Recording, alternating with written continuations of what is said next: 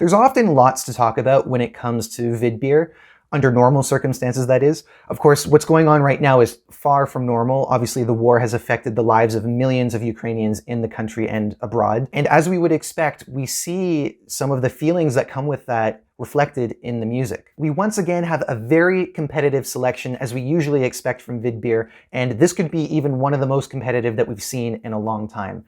So let's dive into some of these songs. We have 10 songs and artists that are in the running to represent Ukraine this year, and they include some artists that we've seen at Vidbeer in the past. Rather than sit here and talk about my own thoughts and feelings about the songs, I wanted to get a little bit deeper.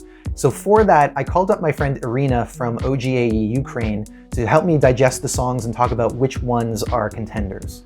I think we had like two obvious frontrunners on the previous version of Vidbeer, and here I'm on like 5 strong contenders. Anyone can win. So among our OGAE club members, we have different opinions. A lot of them, possibly all of them, address the war. Some of them do it in more direct ways than others. Overall, do you think that the Ukrainian people will respond well to this selection of songs? Yes, I think I praise our sound producer this year, because it's a touchy subject and we can't like avoid it. This is something that Ukraine is going through. We can't deny people to express themselves. So with that said, let's dive into these songs, and we'll begin with the song that seems to be topping just about every fan poll. When I shot the door, I fell on the floor. I don't want war, but you know it's short. When I shot the door, hope it's one more. Geri Hale is one of those artists that is returning from previous editions of Vidbeer. We saw her for the first time in 2020 when she performed the song Vegan. She's also quite an established artist in Ukraine. Some people would recognize her from some of the songs of hers that have charted. She also has a YouTube channel, and she's even done some voice work for the Ukrainian dubs of popular movies. Her song is, I think, a prime example of the kind of music that people come to Vidbeer for. It's got this blend of genres going on. You've got that breakbeat percussion going on in the background. Her vocal style changes up a lot, from opera to spoken word, and then towards the end we get the kind of chanting in Ukrainian that a lot of people seem to love. It's also one of the songs that addresses the war directly and in English, so it's not going to be lost on anyone what she's singing about. And there is something interesting to be said there, because we already see the negativity around the possibility of Ukraine winning again, and the idea that they would do so purely out of sympathy and not on the merits of the song. And to be sending something that is so on the nose could be a reason for that negativity to be made worse. Here's what Irina had to say about that. I know it will be like controversial for someone again about the war, but millions of people living in those circumstances. This is not like propaganda thing, it's what the artist is going through. This is also a part of our life, and we can't shut the door on that. Regardless of perceptions, I think that it's pretty clear that this is a song with impact. I personally find a lot to appreciate in it musically, from the instrumentation to the many ways that she's performing it vocally, and the fact that it also just sounds like a song from Ukraine. This would be a solid choice in my point of view, and it's no surprise to me that this is the fan favorite.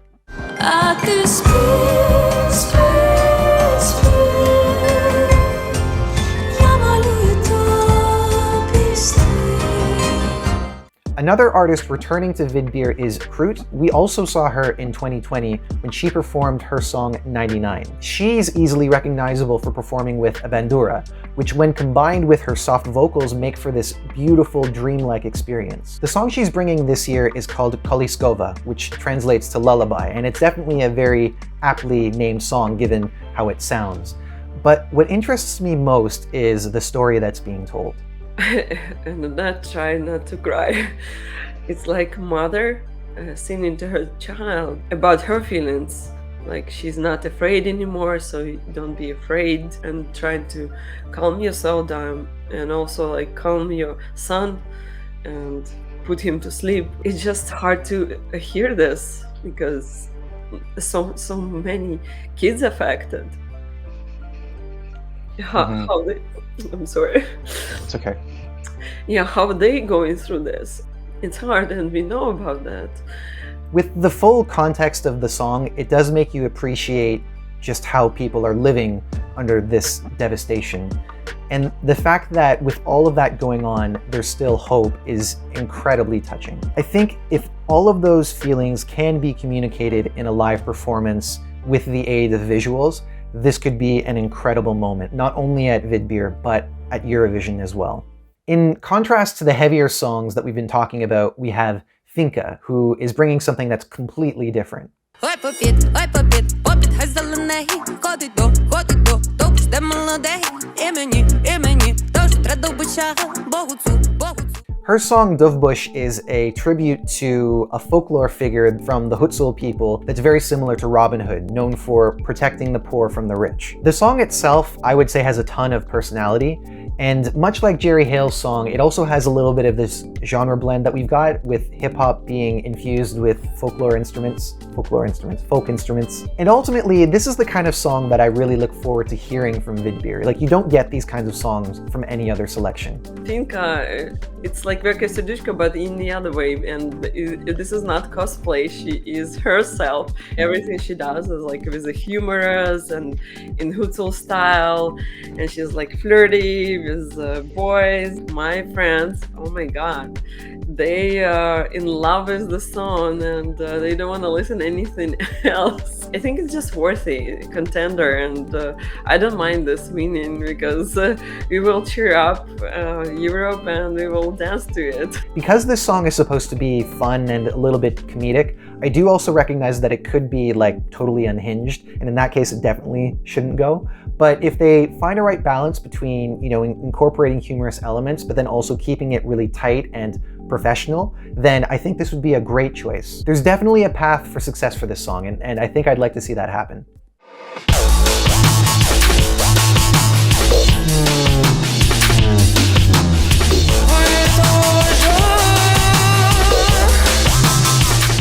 Oi Sound System is bringing something that is truly unique, not just to this selection, but I think even in the context of Eurovision, we haven't seen anything like this before. Oi Sound System is also closely associated with Daha Braha, which is a Ukrainian folk band that's internationally known for their avant-garde performance style. Having such an outside-the-box song, I think, really raises the question of how this is going to be performed for a TV audience, especially because we have these long, drawn-out instrumental parts in between the singing, which is actually, in general, quite sparse. So it's really begging, I would say, for something that's like really visually striking. They're not just music, they're like theater. Some people saw similar Gawai vibes, and yeah, maybe it's an extension of Gawai, and maybe it's something new we can deliver at Eurovision. I think we will see a great show from them. I think that regardless of its winning potential, this is definitely going to be one to watch, and it's probably the one that I'm most excited to see, mostly because I'm just so curious about how they're going to pull it off. And if it's done in the right way, then I think this would be a great choice. Don't get what you say, yeah. Don't get how you feel. Get out of my way, yeah. Guess I got. The last of the familiar faces that we've seen at Vidbir before are Tvorchi. They also participated in 2020 with the song Bonfire. Much like their previous entry, this one also has that combination of soulful vocals with trap beats and other forms of electronic music to put forth something that sounds really modern. I think of this song as the one that has the most international sound to it, and I mean that in a good way because it sounds like something that could appeal to a really large market. Definitely more radio friendly than maybe Oi Sound System. Yeah. But who cares about radio friendly when you win in Eurovision? Yeah, I mean, there's a big discussion to have there, and certain countries seem to be a bit too focused on being radio friendly. I just don't know how it stands out among the obvious contenders. I think it all comes down to live performances, especially with the quality song, and this is good quality song. So although this song might be lacking some of the cultural characteristics that we've seen in the songs that we already talked about, I do think that if it's one of the best performed on the night, then it should definitely be considered. I think Eurovision could be the right platform for artists like these because they might have a shot at streaming success, who knows? I'm not alone. I'm by myself. you'll find out.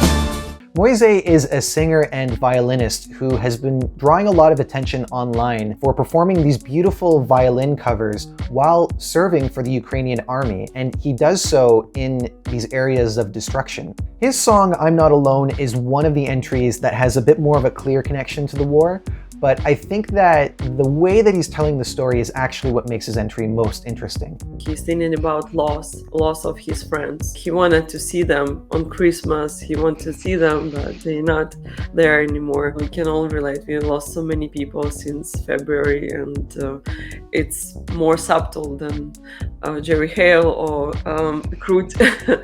I didn't expect much from his song, but I found it the grower among all of them, and it's growing into top 3 for me. This song was also a grower for me. I think that because musically it's pretty straightforward, you know, using a lot of traditional instruments, and when compared to some of the songs that are a lot more outside of the box, it's easier to miss this on a first listen. But when considering the context of the song, the way he's singing it, and also the kind of arc that it has, I do think that this could actually be a real moment in the show. Not seeing it as a winner, but he has caught my attention, and for that reason, I'm definitely very curious to see how well he will do.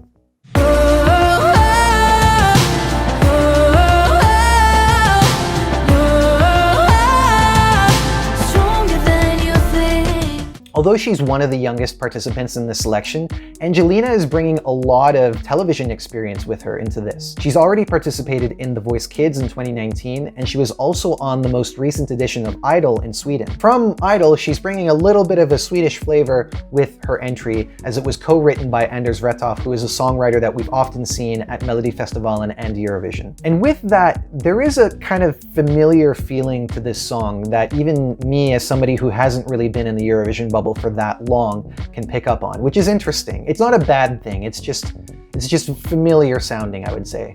I think it's more about emotions, and I don't think it's about the war. I think it's a broader context you can put on anything, and I think they wanted to blur lines here so people in Ukraine can relate to the song, or broader public outside could relate to the song. Given her background, I would say that this performance will probably be focusing a lot on her vocals. I don't see this winning, but I do think the ingredients are there for a good result, potentially, you know, really raking in those jury points. It will be very interesting to see how this does. Я вдома, коли сміливо накриває вдома. Я вдома, коли ця вулиця мені знайома.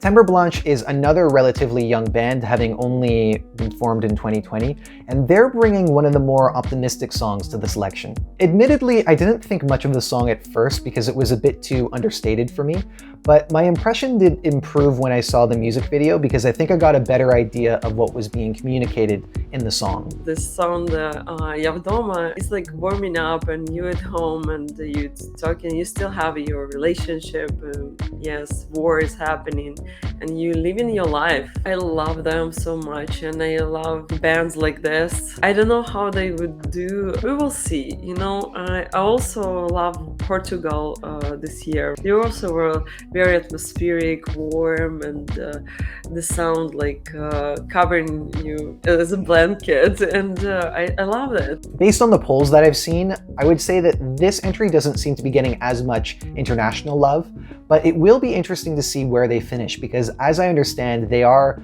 kind of a band of the moment. They have a bit of buzz going for them, and that could definitely translate into votes. So perhaps this is an entry that shouldn't be underestimated.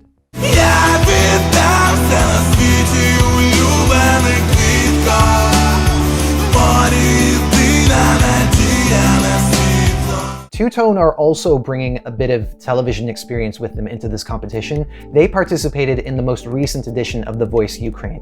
When hearing their song Kvitka for the first time, my mind immediately went to like the late 90s, early 2000s pop rock. Not only because of the instrumentation, I think the instrumentation sells that a lot, but also the focus on having such a raspy voice. To me, that just kind of like screams of the music of that time. The style more close to like Linkin Park, slow ballads, rockish songs. It's nice to have some diversity here in this lineup, and Kvitka is a good lyrics song. Could it be a winner? Maybe no, but Vidbir helped many artists to kind of elevate their fame and visibility, and I'm really happy for them. I'd have to say that I'm more or less on the same page as Irina. Not a winner for me, but I do see that this song does have a decent amount of international support, some people even calling it their favorite. So who knows, it could even go further than expected. Baby, give me reason to break through the silence. Take your hand and see what make it alright, 'cause you're the only reason. Last but not least, we have Demchuk, who is a singer-songwriter who's also bringing in some experience from The Voice. He's bringing an acoustic pop song that also has a little bit of a hip-hop beat to it. It is one of the more understated songs in the selection, and kind of like some of the other ones that we've talked about, seems to be more targeted at like a radio streaming audience than a television one. With that said, he does deliver the song with quite an emotive vocal performance, and that in itself could be its best selling point. I want to hear him live so much. His country is a quality. Still radio friendly and generic, kind of, but I love his voice and how he's performing. So follow him closely because he could be a dark horse here.